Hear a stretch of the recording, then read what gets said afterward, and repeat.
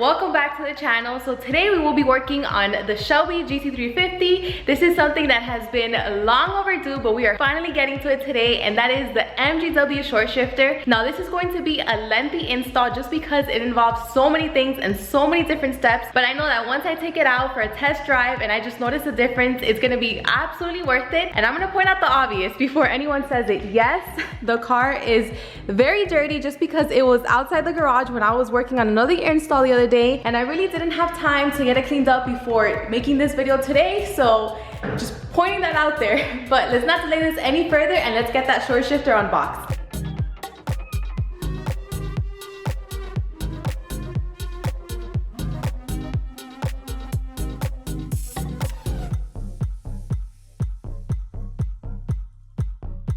So this is everything that comes in the package. It doesn't look like a lot of parts, but I mean pretty basic. The linkage arm, this is a hardware kit that MGW provides. This is the top arm that's going on the transmission, and then the shifter. This doesn't look like a lot of parts, but it is a lot of steps. So in this video, I'm not gonna really go step by step, like to the T in full detail, but MGW does have a video that they did for the GT350 short shifter install, and it's really step by step to the T. So if you're interested in following that, then I'll make sure to link it down below in the description. That's the video that I'm following for this install. Here we're basically going to start disassembling the shifter here. So there's a few things we need to do. We need to take off the shift knob. There's two panels on the side we need to remove, the center console, and then there's just more little things like we need to remove the reverse lockout. There's a pin, there's a soundproofing. There's a lot more things, but like I said, I'll explain as I go.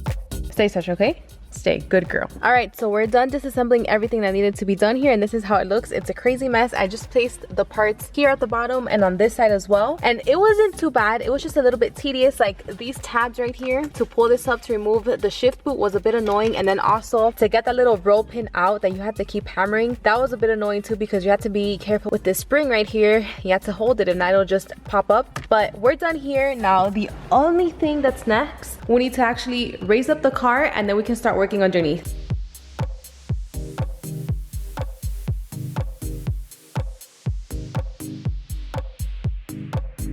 Up on the lift, we finally get to start with the good stuff. So I have a few things that I need to remove here. So first I need to start off with removing the shifter linkage, then the rear bracket, and then we need to lower down the transmission. So I finally get to use my trans jack that's currently holding my racing helmet. I specifically bought it for this installation, so I finally get to put it to good use today. Now I need to be very careful with this because once I lower it all the way down, I'm gonna lift it up just a bit so it's not under tension. So let's continue with these next steps.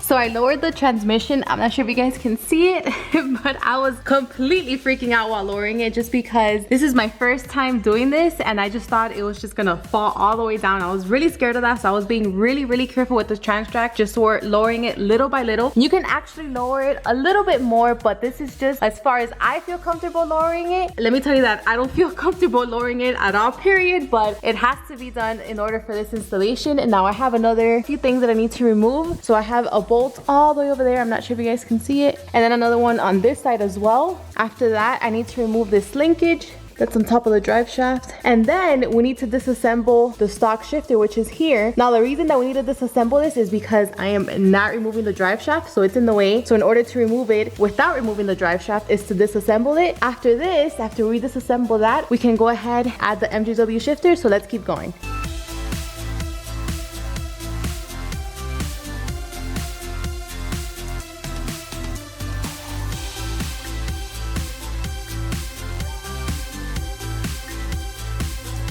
So let me show you how everything looks so far. So I was able to remove all of those parts that I told you. Now those bolts for the shift linkage and also for the top arm were just a bit annoying just because there's like limited space here. So you really have to play around with the angles, but I was finally able to remove it. Then I disassembled the shifter. Now this top arm here, what you see hanging, so that's the top arm. You're supposed to feed it up there. Like ideally someone's supposed to be up there waiting for you to help you out. But since there's no one, I just kind of fed it there and that's what you see, it's there hanging. Okay, so now we can move on to the MGW, at least assembling all of this. So pretty much from now on, almost every bolt is gonna require Loctite. So this is the new shift linkage. Now we're going to install this next, and it's going to require the same bolt that we use from the stock one, and it's going to require Loctite. And then this is the top arm. We have to remove these 4 bolts and apply some Loctite on them, then place them back on, but not all the way just because we need a little bit of space to install the body. And then it's going to use the same bolts as well from the stock top arm, and it's going to require Loctite. So let's take care of all of this. Now we're pretty much halfway. If you thought that what we did before was a lot of steps, I think this is probably a little bit more steps than removing everything out, but let's keep going.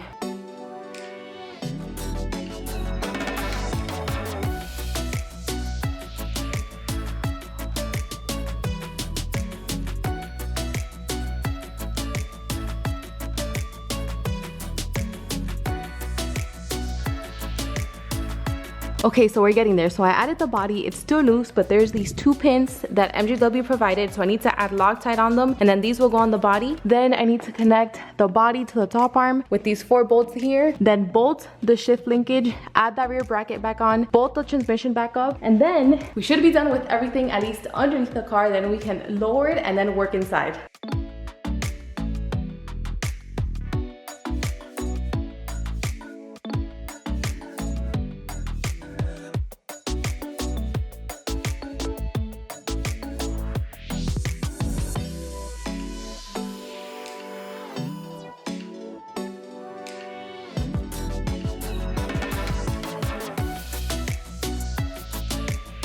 We're almost finished. There's just a few steps left. First, I did have to modify this, so I did have to cut this with the Dremel. I really don't like using this at all, but this is just a little piece that goes right here in the back of this, and this is used for the stock shifter for reverse. But now that that's done, only a few things left. So first, I need to put the dust cover, then I need to put the soundproofing. MGW does provide you this one, so we need to put this one first, then the white one that comes from factory that I removed initially on top of that. Then we can put the center console, then this piece here, the 2 panels, and then the shift knob, and then we should be good.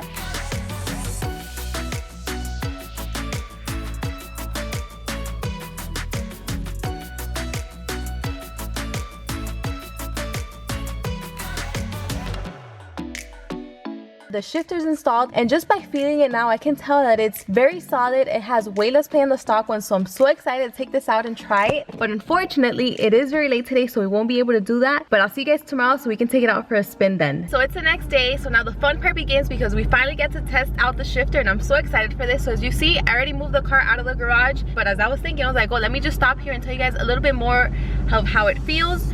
So let me just say that it's completely different from stock. The stock one just feels a little bit easier, maybe because that's just what I was used to.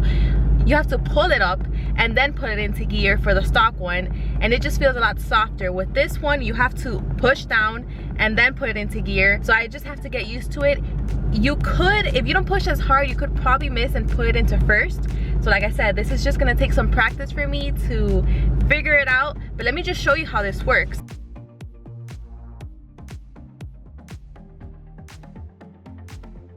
So it's a lot different from the other stock shifter, but let's see, I have to get used to it. So now that I showed you guys and I talked a little bit about reverse, let's go out to the main road to just talk about how it drives while normal and also while doing a few pulls and how the shifter feels. Okay guys, so we're about to go on the main road. I just placed it on first, and it's really easy to put it on first. I thought I was gonna have an issue, but I mean, completely different. It's a way shorter distance that you have to travel putting it on second. Third, it definitely feels more on point. The other one had a lot more travel. I mean, obviously this is a short shifter.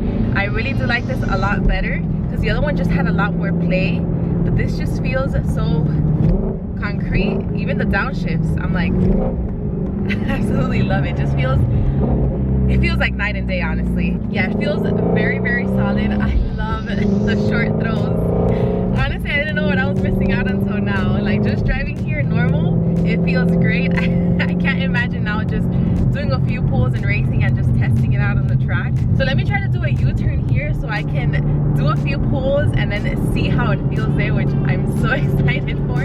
So now that I did the U-turn, I'm gonna do a pull from first all the way to third, fourth, and then do a couple of downshifts, see how that feels.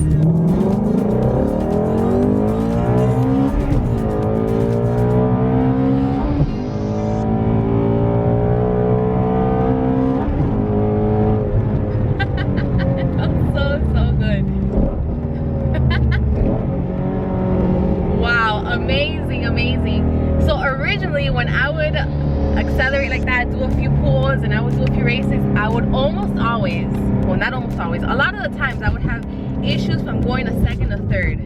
And I know this is not only me, because I've read on GT350 forums that second or third was also like, it was very tricky. But now with this short shifter, it feels awesome. I had no issues whatsoever. It felt awesome. Like, there's no doubting where you're going to put the gear. It just goes and it's just so short. It just feels amazing. I freaking love it. Even the downshifts, I mean, I never really had issues with the downshifts with the original shifter. To me, it was like a lot easier than upshifting, but it feels amazing too. I just love the short throws.